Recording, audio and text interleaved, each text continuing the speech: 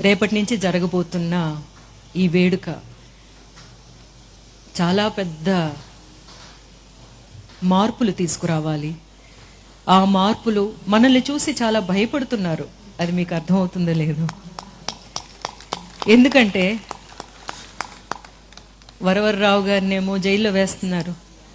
ఎందుకు? ఏ ప్రాబ్లము ఏమీ లేకుండానే ఎందుకు జైల్లో పడేస్తున్నారు? వాళ్ళు ఏం చేశారు అంటే, వాళ్ళ చేతిలో కలం ఉంది, వాళ్ళు మాట్లాడే మాటలు ఉన్నాయి.